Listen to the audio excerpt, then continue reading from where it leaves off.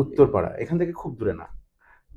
মীনাক্ষী মুখার্জি তোমার ভগিনী প্রতিম এবং তোমার ভ্রাতৃপ্রতিম শীর্ষান্নর মধ্যে লড়াই, তোমার সমর্থন কোন দিকে? দেখো, মীনাক্ষী মুখার্জিকে তুমি এইভাবে ব্যাপারটা দেখো না, তুমি এইভাবে দেখো যে মীনাক্ষী মুখার্জিকে হারিয়ে, মীনাক্ষী মুখার্জি হেরে যায়, এটা চাওয়া মানে হচ্ছে যে আমি চাইছি কোথাও আরজিকর আন্দোলনকে ভুলে যাচ্ছি।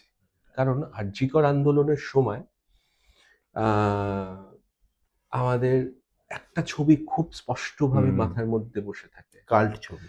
সেটা হচ্ছে মীনাক্ষী মুখার্জি একা পুলিশের ভ্যানকে এবং আটকাচ্ছে, শি ইজ পয়েন্টিং। এক্স্যাক্টলি, সেখানে কোনো মহিলা পুলিশ নেই, পুরুষ পুলিশদের সাথে একা লড়ছে। সেইটা তো ভুলতে পারি না। আমার মনে আছে সেদিনকে আমি দিল্লি সুপ্রিম কোর্ট থেকে মামলা করে ফিরছিলাম, বুদ্ধবাবু চলে গেছে। বুদ্ধবাবু চলে গেছিলেন।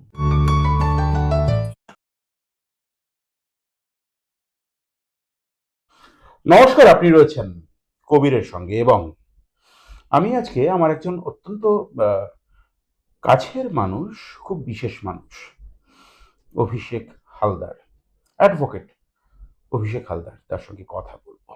একটা একদম ভিন্ন ধর্মী আড্ডা।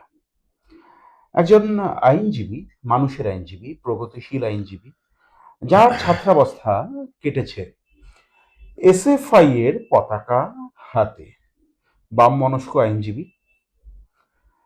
পারিবারিকভাবে কিছু সম্পর্ক সূত্রে কিন্তু তার যোগাযোগগুলো একেবারে ভিন্ন মেরুর, এবং মানুষটি অত্যন্ত সংবেদনশীল।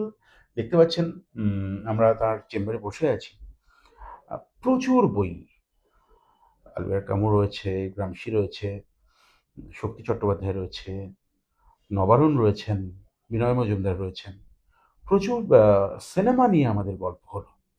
আজকে আমরা গল্প করব ভোট নিয়ে।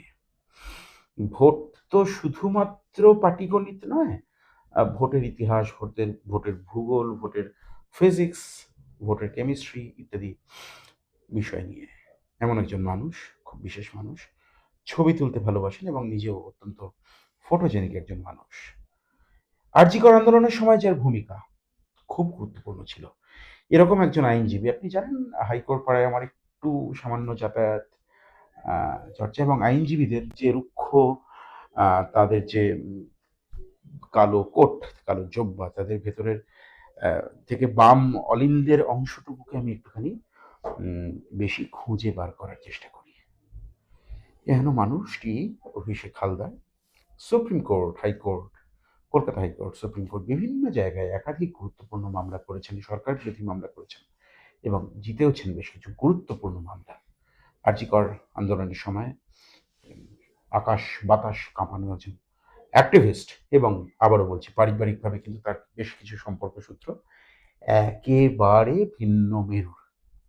আচ্ছা, খুব ইন্টারেস্টিং একজন মানুষ। কথা বলি, একটা কথা বলি। প্লিজ। একটু থামাতে হচ্ছে তোমাকে, তুমি বারবার এই কথাটা বলছো যে পারিবারিক সূত্রে ভিন্ন মেরুর। আমি বিশেষ কিছু ডিটেলে না গিয়ে খালি এইটুকু বলতে চাই যে আমার পরিবার বলতে কিন্তু আমার বাবা মা আর আমি, যারা তিন কামরার বাড়িটাতে থাকি, এবং আমার পরিবারের আরো একটা ইন্টিগ্রাল পার্ট হচ্ছে আমার চেম্বার জুনিয়র এবং আমার ক্লার্ক সুমন। এই হচ্ছে আমার পরিবার। এবং বৃহত্তর পরিবার তো মানুষ, অফকোর্স। অফকোর্স এই জনতার মুখরিত সখ্য, এটা আইনজীবী অভিষেক হালদার নাকি অ্যাক্টিভিস্ট অভিষেক হালদার, কোন কোন কোনটাকে জনতা বেশি ট্রিগার করে, জনগণ বেশি ট্রিগার করে? দেখো, একটা কথা বলি যে আমার এই আইনের পেশাটা বেছে নেওয়া কারণ হচ্ছে, আমি একটি অত্যন্ত নিম্ন মধ্যবিত্ত বাড়ির ছেলে। মা স্কুল টিচারই করতো, বাবা খুবই মধ্যবিত্ত একটা ব্যাকগ্রাউন্ড থেকে। সেই জায়গা থেকে আমি যখন স্কুল পাশ করি, তখন ইনিশিয়াল ইচ্ছে ছিল যে ইংলিশ অনার্স পড়বো, আরো অনেক কিছু পড়বো, সাহিত্য পড়বো, এইসব কিছু। তখন বাবা মার অপেক্ষা ছিল কবে তাড়াতাড়ি ছেলে নিজের পায়ে দাঁড়িয়ে রোজগার করবে। তো তখন সেই ইংলিশ অনার্স পড়া বা সাহিত্য চর্চা সেগুলোকে সরিয়ে লতে আসা। কারণ তখন মনে হয়েছিল যে ঠিক আছে, এটা একটা এখান থেকে কিছু উপার্জন করা যাবে। তো তাই জন্য যে বললে এসএফআই করতাম, তখন 2009 পাশ করেছি যখন, তখন এসএফআই করছি, তারপরে দলীয় কাজকর্ম করছি, ছেড়ে দিতে হয় কারণ আমাকে চাকরি জয়েন করতে হয়, এবং সেটা একেবারেই পারিবারিক পরিস্থিতির জন্য রোজগারে ইঁদুর দৌড়ে নেমে যেতে হয়।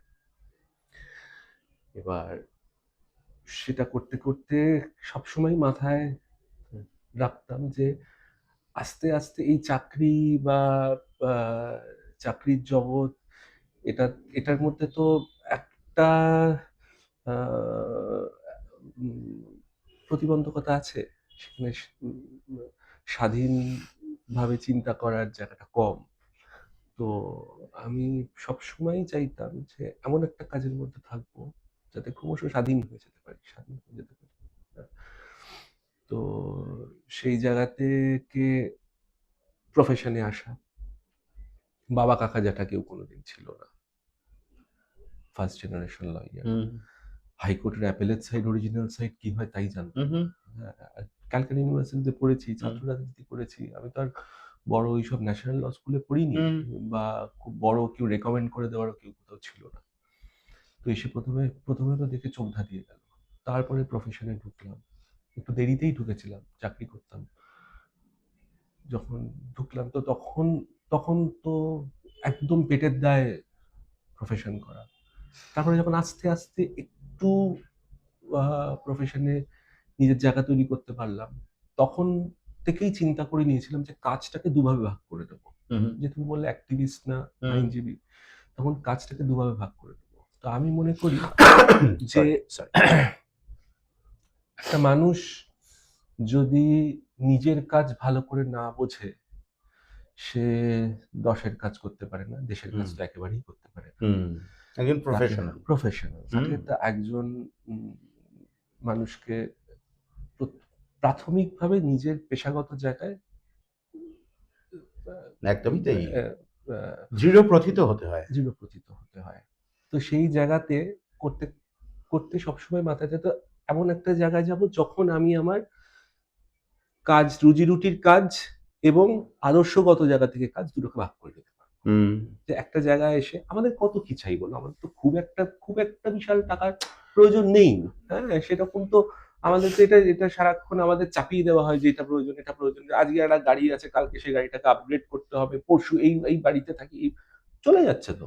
আমাকে অনেকে করে বলে যে তুই এই এত বছর কতটা দরকার লাগে, কতটা খায় মানুষ, যে এই গাড়িটা এবার একটা চেঞ্জ করে ফেল, প্রায় অনেকে বলে কই চলছে তো, একটা গাড়ি আছে তো, আছে, চলে যাচ্ছে। এবং গাড়িটা আমার প্রয়োজনে যে গাড়িটাতে করে আমার ক্লার্ক, বই খাতা, জুনিয়র সবাই একসাথে যেতে পারি, ব্যাস।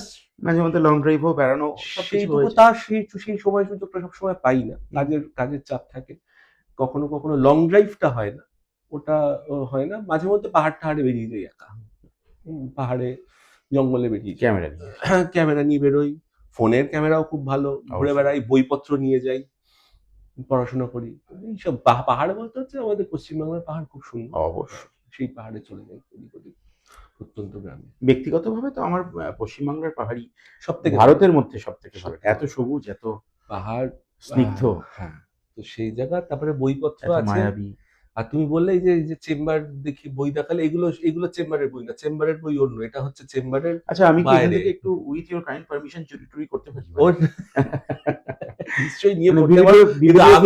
দেখো আমার জীবনে বিশেষ কিছু নেই, আমি তোমাকে একটা কথা বলি, পজেসিভ বলতে যেটা বোঝায়, আমি শুধু এই বইগুলো নিয়ে পজেসিভ। আমার আর কিছু খুব একটা, তুমি আমার এখান থেকে, তুমি আমার থেকে দূরে টাকা নিয়ে যাও তাও ভালো, আমার বইটা পড়ে ফেরত দিয়ে দিতে বই নিয়ে আমি ভীষণ পজেসিভ। এবং বই কিভাবে থাকবে, কোনটা থাকবে, হ্যাঁ, কোনটা, যেমন আরএসএস এর এখানে চমস্কি দেখতে পাচ্ছি, হ্যাঁ চমস্কি আছে, চারু মজুমদারও আছে, ঠিক আছে। এখানে আবার যুগলবন্দি আছে, যেটা, হ্যাঁ, তো এখানে একটা বাজপেয়ী আদবানিকে নিয়ে, তো এখানে আরএসএস এর বই আছে, বঙ্কিমচন্দ্রের লেখা চিঠি আছে হিন্দুত্ববাদী নিয়ে, তো আমাকে যদি আমি কিছু যদি বিরোধিতা করি মতদর্শকতার জায়গা থেকে, তাহলে তো আমাকে সেটাও তো জানতে হবে। তাই তো, তো তাই সেই তো। সেই জায়গাটাও সেটাও পড়ি, আরএসএস কি বলতে চাইছে, কেন বলতে চাইছে, এবং কেন তারা একেবারেই একটা একদম আম, উম, মানে ফ্যাসিস্ট প্যাটার্নে কাজ করে, অপারেট করে। হ্যাঁ, যদি তুমি মিলিয়ে দেখো যে আম্বার্তো ইকোর একটি বই আছে, how to spot a fascist, তুমি সেই বই যদি দেখো সেখানে মানে যেভাবে, সেকেন্ড ওয়ার্ল্ড ওয়ার ওই সময়টা নিয়ে মনে হয় পড়াশোনাটা। হ্যাঁ সেকেন্ড ওয়ার্ল্ড ওয়ার, তারপরে কোল্ড ওয়ার, ঠিক আছে, এই তো পিটার হ্যাক্স বলে একজনের পড়ছিলাম, সে জার্মান একজন প্লে সিনেমা রাইট। কি দেখা হয়? সিনেমা দেখো, আমি বলিউড হলিউড খুব একটা দেখি না, কারণ আমি উম, উম, মনে করি ওই যে that's a propaganda, it's a capitalist propaganda. যেই মুহূর্তে সিনেমা হলে গিয়ে ওখানে ছবি বসলাম, ম্যানুফ্যাকচার হয়। ম্যানুফ্যাকচার হয় এবং কন্টিনিউয়াস দর্শককে একটা টার্গেট দিয়ে দিচ্ছে, এই দেখলাম একটা সিক্স প্যাকস নিয়ে একটা আর্ট ছেলে। কোশেন্ট কম মনে হচ্ছে। আর্ট কোশেন্ট শুধু নয়, মানে লাইফ কোশেন্টই কম। লাইফ কোশেন্ট আমি তো রিলেট করতে পারছি না, তারা যে ভাষায় কথা বলছে, তারা তার যেরকম অঙ্গভঙ্গি, তাদের যা দ্য ল্যাঙ্গুয়েজ, হুম, সিনেমার যে language, that's completely different from the life we live. Hmm. কিন্তু তুমি যদি আভাকারদের ছবি দেখো, এখন এগুলো বললে বললে আমাদের এখন কথা মনে হয় হচ্ছিল না, ঠিকই, হ্যাঁ। আভাকারদের ছবি দেখো, তুমি রিলেট করতে পারবে, তাই তো, কিন্তু তুমি তার্কোস্কির যদি ইভান্স চাইল্ডহুড দেখো, একদম। হ্যাঁ, বা স্যাক্রিফাইস দেখো, স্টকার দেখো, enter the void, Lav Diaz, Theo Angelopoulos, Godard, Tarkovsky, কত কত গোদার মানে। যদি দেখো, ম্যাসকুলিন ফেমিনিন, ঠিক আছে, অবশ্যই। তো এগুলোর সাথে তুমি রিলেট করতে পারবে। গোদারের সেই বিখ্যাত কথার কথা আমার মনে পড়ছে, all you need to make a film is a girl and a gun. Absolutely, absolutely, and you live away তাই তো। With all this too. হ্যাঁ, হ্যাঁ, হ্যাঁ, এইটুকু নিয়েই থাকি, ইউ কিপ এইটুকু। অ্যাসাইড এ গার্ল অ্যান্ড গান। না, আচ্ছা, ঠিক আছে, মানে আমাদের তো মানে এই আড্ডা মানে চলবেই অন ক্যামেরা, তো যা চলছে চলছেই, মানে অফ ক্যামেরাও চলবে। ওই দিকটা আমার যেটা জিজ্ঞাসা, ভোট, বলো। তুমি তো অ্যাক্টিভিস্ট একজন। হ্যাঁ, আহ, জানি না অ্যাক্টিভিস্ট কাকে বলে কিভাবে, তবে চেষ্টা করি মানুষের বামপন্থার জন্য চর্চা কাজ। এখনো করো। হ্যাঁ, একেবারেই, একেবারেই তো তাই। এবং উম, কি মনে হয় তুমি যে রাজনৈতিক দলটিকে সমর্থন করো, সিপিআইএম, একেবারেই, কারণ দে আর যার দ্য, একটা প্রাথমিক সদস্যপদও তোমার একটা সময় ছিল, হ্যাঁ, তাদের তো অবস্থা ভালো না, অন্তত ইলেকট্রাল পলিটিক্সের দিক থেকে। এবার কি হবে? দেখো আমি সবসময় আশাবাদী, তুমি বামপন্থা ডিসকার্ড কিন্তু করবে, কিন্তু তোমার তো একটা উম, বাম, অন্য ধরনের পারিবারিক আমি তোমাকে যোগাযোগ বললাম ইত্যাদি। যে বিগত 4 বছর আমার পরিবার বলতে আমার বাবা মা, আমার চেম্বার কাজ, আমার জুনিয়ররা, আমার ক্লার্ক, উত্তরপাড়া এখান থেকে খুব দূরে না। মীনাক্ষী মুখার্জি তোমার ভগিনী প্রতিম, এবং তোমার ভ্রাতৃপ্রতিম শীর্ষান্নর মধ্যে লড়াই, তোমার সমর্থন কোন দিকে? দেখো মীনাক্ষী মুখার্জিকে তুমি এইভাবে ব্যাপারটা দেখো না, তুমি এইভাবে দেখো যে মীনাক্ষী মুখার্জিকে হারিয়ে, মীনাক্ষী মুখার্জি হেরে যায়, এটা চাওয়া মানে হচ্ছে যে আমি চাইছি কোথাও আরজিকর আন্দোলনকে ভুলে যাচ্ছি। কারণ আরজিকর আন্দোলনের সময় আহ, আমাদের একটা ছবি খুব স্পষ্টভাবে হুম, মাথার মধ্যে বসে থাকে, কাল্ট ছবি। সেটা হচ্ছে মীনাক্ষী মুখার্জি একা পুলিশের ভ্যানকে এবং আহ, আটকাচ্ছে, এবং শি ইজ পয়েন্টিং। এক্স্যাক্টলি সেখানে কোনো মহিলা পুলিশ নেই, পুরুষ পুলিশদের সাথে একা লড়ছে। সেইটা তো ভুলতে পারি না। আমার মনে আছে সেদিনকে আমি দিল্লি সুপ্রিম কোর্ট থেকে মামলা করে ফিরছিলাম, বুদ্ধবাবু চলে গেছে। বুদ্ধবাবু চলে গেছিলেন, তো খুব মন খারাপ হয়েছিল, কারণ আমাদের ছাত্র জীবনে ওই সময় হুম, তখন ব্র্যান্ড বুদ্ধ এই কথাটা, এবং মানে আমরা এখনো, উনি হচ্ছে আমাদের কাছে মানে স্বপ্নের মানুষ। স্বপ্নের মানুষ, ঠিক আছে, ওই জায়গাটা ভোলা যায় না। চলে গেলেন, তারপরে আরজি করার ঘটনা, সেদিনকে এরকম ভিডিওতে দেখছি মীনাক্ষী মুখার্জি লড়াই করছে। মীনাক্ষী মুখার্জি আগে অনেক আন্দোলন করেছে, তার রাজনৈতিক ভূমিকা খুব দৃঢ়, কিন্তু আরজি করার সময় উনি যেটা করলেন সেটা তো মানুষ মানুষ মানুষের ভোলার কথা নয়। তো তুমি এই যে প্রশ্নটা করলে, মীনাক্ষী শীর্ষান্ন মুখার্জি, তোমার প্রিয় নিশ্চয়ই, তোমার ভ্রাতৃপ্রতিম। সেটা তো অন্য বিষয়, সেটা অন্য বিষয়, কিন্তু মীনাক্ষী মুখার্জি আজকে শুধু উত্তরপাড়ার মানুষ কেন, আমিও চাই মীনাক্ষী মুখার্জিকে যদি আমি ভোট দিতে পারতাম, আমার মনে হয় তার সংগ্রামের সাথে কোথাও একটা কিছুভাবে রয়েছে, সেটা টেকনিক্যালি সম্ভব নয়। টেকনিক্যালি সম্ভব নয়, কিন্তু মিয়াকি Mukherjee herself is a firebrand leader.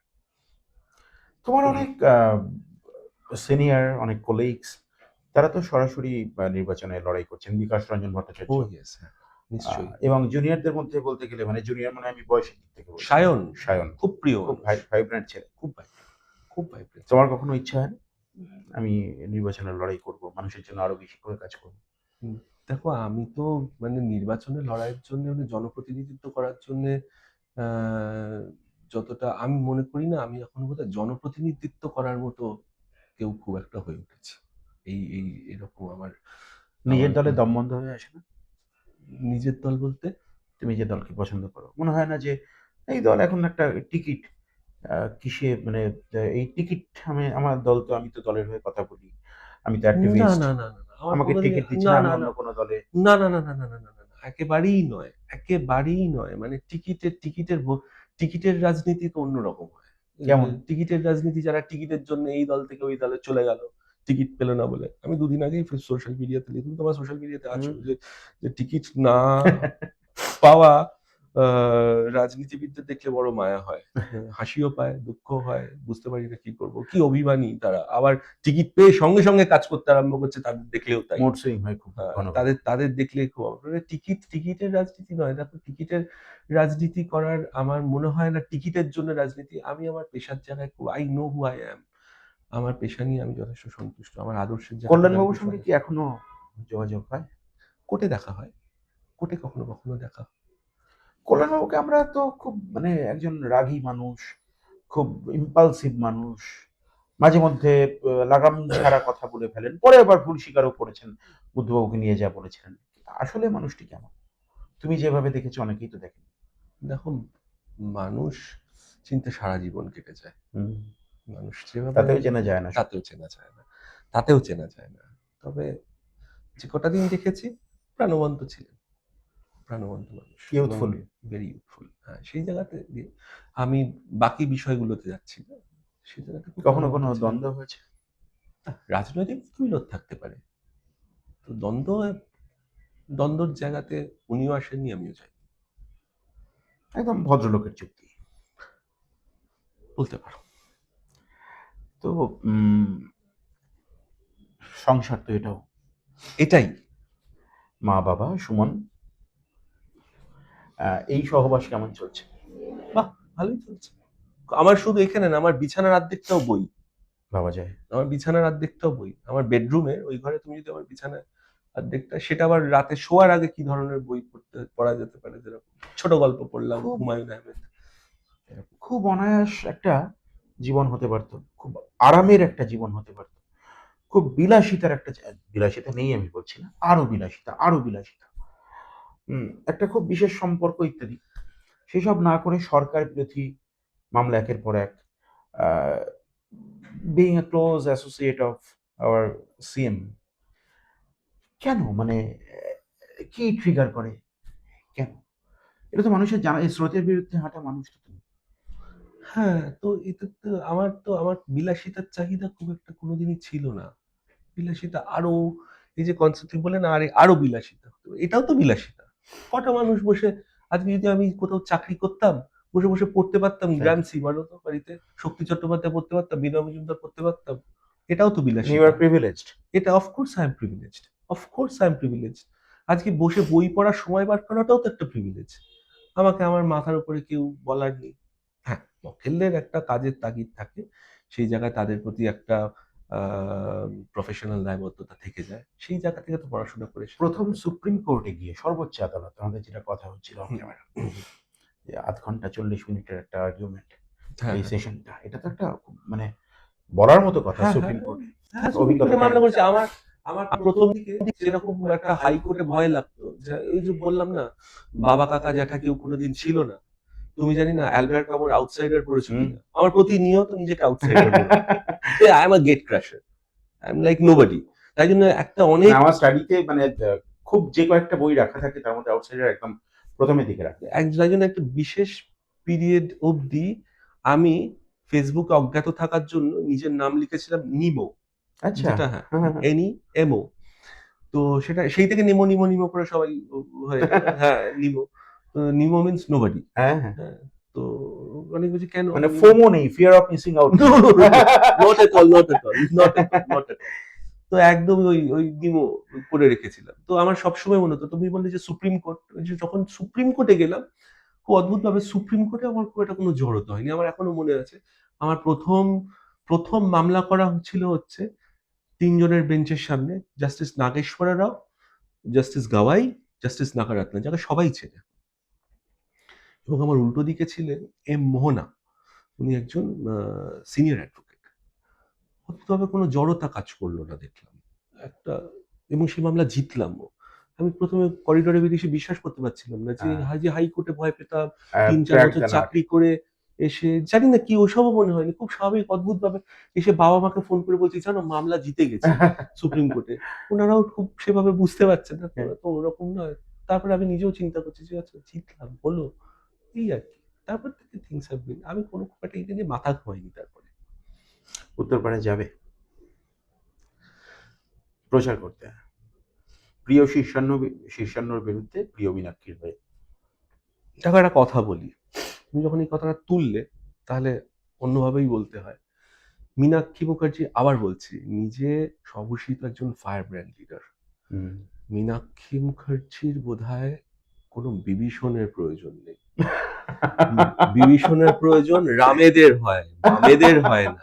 ঠিক আছে, ওটা দক্ষিণপন্থীদের কালচার, যে এরা কাউকে তুলে এনে চমক দেখিয়ে দিলাম, একটা মিসচিভ ভ্যালু তৈরি করার একটা লোক আনলাম। আমার সেই রুচি নয়, আমার রাজনৈতিক রুচি সেটা নয়, সেটা আমার রাজনৈতিক রুচি নয়। এবং মীনাক্ষীরও বোধহয় আমাকে সেভাবে প্রয়োজন নেই। তুমি যে ইঙ্গিতে কথাটা বললে সেভাবে আমার মনে হয় না মীনাক্ষীর আমাকে প্রয়োজন আছে। She herself is extremely competent. বঙ্গর প্রচুর মানুষ মীনাক্ষীকে ভোট দিতে চায়। আচ্ছা, আমি তোমাকে একটা প্রশ্ন করি, এটা আমার একটা অভিযোগ। আমি তো একটু মোটা মানুষ, আমার জীবনে একটা খুব ওঠানামা, সিঁড়ি ওঠানামা এসব করলে একটু হাঁপিয়ে যাই, গরম করে, এটা আমি কাটানোর চেষ্টা করছি। তোমার একজন বন্ধু এবং একজন সিনিয়রের বিরুদ্ধে তোমাকে একটা অভিযোগ করবো। দুজনেই অত্যন্ত প্রথিতযশা, একজন তো লিভিং লেজেন্ড, বিকাশ রঞ্জন ভট্টাচার্য। প্রবাদ প্রতি মানুষ, চেম্বারে একটা এসি লাগান না কেন? মানে এই যাপনটার কারণটা কি? আমার কষ্ট হয় মানে গিয়ে, যেখানে আমরা দেখতে পাই যে মানুষের বিলাসিতার কোনো শেষেই। তোমার খুব ঘনিষ্ঠ বন্ধু সব্যসাচী চ্যাটার্জি, হ্যাঁ, তার হাইকোর্টের চেম্বারে একটা এসি নেই। তো আমিও বলি অতটা উঠতে হয়, হেঁটে উঠতে হয়। গিয়ে একটা চা সব্যসাচী আমার খুব বিশেষ বন্ধু। সব্যসাচী এই বন্ধুত্বটা আমি আসবো, কিন্তু আমি তোমার কাছে সাইকোলজিক্যাল মানে এই কারণটা জিজ্ঞেস করা, মানে কি স্টেট অফ মাইন্ড থেকে এটা করেন, এত সহজতা কেন, মানে কি কারণ? এই যে আমিও তোমাকে বললাম ৩ কামরার এই বাড়িটাতে থাকি। কারণটা কি? এইটা ৭০ বছর পুরনো বাড়ি। এই তো লাল মেঝে, একদম মানে হ্যাঁ, হলুদ দেয়াল, লাল মেঝে। হ্যাঁ। তো মানুষের দেখো বামপন্থী না দক্ষিণপন্থী, প্রগতিশীল না প্রতিক্রিয়াশীল কারোর গায়ে লেখা থাকে না, যাপনে বোঝা যায়। তাই বলে একটা এসি লাগাবে না, মানে এখন তো এসিটা প্রয়োজন, বলো আমাদের মতো মোটা মানুষ। অসুবিধা হয় না, জানলা খুলে দিলে হাওয়া আসে। আমি স্যারকে অজস্রবার বলেছি যে গঙ্গার হাওয়া খাও। তিনি বলেছেন জানলা খুলে দিলে হাওয়া আসে। আমি তো গিয়ে আগে প্রথম সে মকটেলরা দিল্লিতে উঠলে 5 স্টার হোটেলে থাকতে বলতো। ওরে বাবা, প্রথমত ওই গদিতে ঢুকে গেলে পিঠে ব্যথা হয়ে যায়, এটা খুব সমস্যা, অভ্যেস নেই। দ্বিতীয়ত হচ্ছে সেই জানলা বন্ধ, আমার কত জানলা বন্ধ থাকে। বড় হোটেলগুলো তো আনসাইন্টিফিক কেন? মানে এগুলো তো শরীরের জন্য ঠিক না। না, ওই নরম গদিতে ঢুকে যাওয়া, হাতে ব্যথা হয়। কোনো প্রতিক্রিয়াশীল পদ্ধতি তোমার কিন্তু শরীরের জন্য ঠিক না। ঠিকই তো, একদমই মানে জানলার হাওয়া। আমি সত্যি, আমাকে যদি কেউ জিজ্ঞেস করে এখন কিসে আনন্দ হয়, ভাবতে বসে কিসে আনন্দ হয়। মামলা জিতলে না পড়াশোনা, খুব ভালো একটা কবিতা পড়লাম, খুব ভালো একটা বই পড়লাম, আর ট্রেনে জানলার হাওয়া খেতে খেতে গেলাম, আর অনেকটা ধরো কোনো জায়গায় আকাশ দেখতে পাচ্ছি। ছাদ হতে পারে কারুর, বা মাঠ হতে পারে, ওটাতে খুব আনন্দ হয়। পাহাড়, ওই স্নিগ্ধ হাওয়া, কুয়াশা যখন একদম কপালে, জানলা খুলছি। ছোট হোমস্টেতে থাকি, ধোত্রে বলে একটি গ্রামে যাই।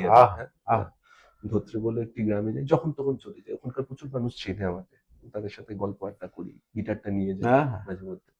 জানলা খুলে দিই, জানলা খুলে দিয়ে ওই আমাদের একটা বন্ধুরা আড্ডা মারতে মারতে কি করি, সিগারেটের ধোঁয়াটা জানলা দিয়ে বেরোয়, মেঘ ঢুকছে, ধোঁয়া বেরোচ্ছে, আর এরকম একটা মেঘের চাদর নিচে দেখা যাচ্ছে, ওটাই আনন্দ। সব্যসাচী চ্যাটার্জির সঙ্গে তোমার একটা খুব ঘনিষ্ঠ বন্ধুত্ব, হ্যাঁ। শুরু কিভাবে? শুরু করিডর থেকে শুরু, করিডর থেকে শুরু। আমি তো আগে মানে হাইকোর্টের সেই বিখ্যাত রেড করিডর। হাইকোর্টের করিডর থেকে শুরু, একদম আমাদের করিডর থেকে বন্ধুত্ব। এবং আমি ওর কাছে কিছু ব্যাপারে কৃতজ্ঞ। যেমন আমি আগে কমার্শিয়াল মামলা করতাম, রিট পিটিশন করতাম সরকারের বিরুদ্ধে, তাও ফর প্রাইভেট ইন্ডিভিজুয়ালস, একদম প্রান্তিক মানুষদের হয়ে কাজ করা, মানুষের জন্য লড়াই করা। সেই মামলায় কিন্তু আমাকে সব্যসাচী নিয়ে এসেছে। He helped you becoming a people's advocate. Absolutely, absolutely. He introduced me to that. যখন সে এসআইআর এর মামলাই বলো, বা ও একটি সেই প্রথম ওর সাথে আমার বন্ধুত্বর মামলা হচ্ছে, না না তুমি বলো না। ময়ূক রঞ্জন যখন বললো যে সেই ওই কুসুম অপারেশন বলতে কিসের কুসুম, কিসের কুসুম, হ্যাঁ সেকুলার, একদম যারা সেকুলার তারা দেশ থেকে বেরিয়ে যাও, তখন উল্টো দিকে সেই মহেশ জেঠমালানি দাঁড়িয়েছে, তখন এইদিকে আমি আর সব্যসাচী একসাথে সে মামলা করলাম সেটার বিরুদ্ধে। তো সেই মামলাতে তখন প্রচুর মানুষের কাছে তখন ওই ময়ূক কি বলেছে সেটা পৌঁছে দিতে পারলাম, হাইকোর্টেও সেই মামলা চললো। তো সেই জায়গা থেকে আমাদের একটা বন্ধু। ময়ূক সম্প্রতি বিয়ে হয়েছে, শুভেচ্ছা থাকবে ব্যক্তি জীবনের জন্য। নিশ্চিত ব্যক্তি জীবনে থাকুক, হ্যাঁ, তবে ওই যেটা করছে ওগুলো বেশি দিন চালিয়ে গেলে বোধহয় জীবন খুব একটা সুখের হবে। একদম শেষ দিকে আমি এটা পারলাম কারণ শক্তি চট্টোপাধ্যায় এই মানুষটি আজকে মৃত্যুদিন। হ্যাঁ, ও আচ্ছা, এটি খুব মানে এটা অন্য ইমোশন আর কি, খুব একেবারেই অন ক্যামেরা তো এই নিয়ে চর্চা করার খুব একটা জায়গা হয় না। তুমি শেষ করবে তার আগে আমি তোমাকে একটা কথা জিজ্ঞেস করি। ভোট উৎসব নাকি উৎসব জানি না, এখনো পর্যন্ত উৎসবই তো আছে, অন্তত তারব্যশ এখনো পর্যন্ত হয়নি। কি হবে মনে করছো? দেখো একটা কথা বলি, মানুষের মধ্যে একটা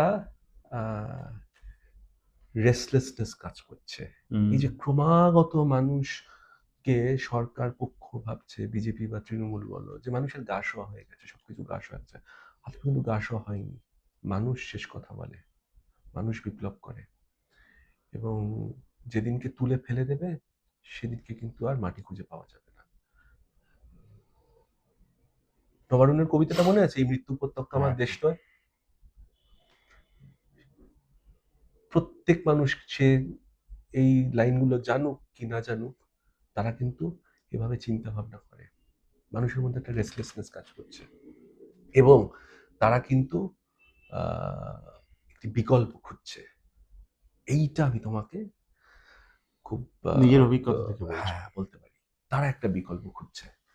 তারা এই বিজেপি তৃণমূলের, ওরা তো মোটামুটি একই মতাদর্শকতার থেকে সামনে লড়াই করছে ঠিকই, তোমাদের একদম মানে একদম বাধা ধরা কথা তো তোমরা বলবেই। মানে আমার 500-র উপর ইন্টারভিউ করা, আমি একটাতেও তোমাদের কথা না, এটা মোহাম্মদ সেলিম থেকে শুরু করে তোমাদের একদম তৃণমূল স্তরের কর্মী কেউ অন্য কথা বলেনি। তুমি বরং কবিতা শোনাও, সেটা দিয়ে শেষ করবো। শক্তি চট্টোপাধ্যায়ের লেখা, শক্তি চট্টোপাধ্যায়ের লেখা, এটা আমার খুব প্রিয় কবিতা, যার জন্য এটা বার করেছিলাম। বাণিজ্যতে যাবে, আমার মনে হয় খুব বাণিজ্যতে যাবে, আমি আমার খুব প্রিয় লেখা। তুমি আনন্দ ভৈরবী বলতে পারো, আমার খুব পছন্দের কবিতা।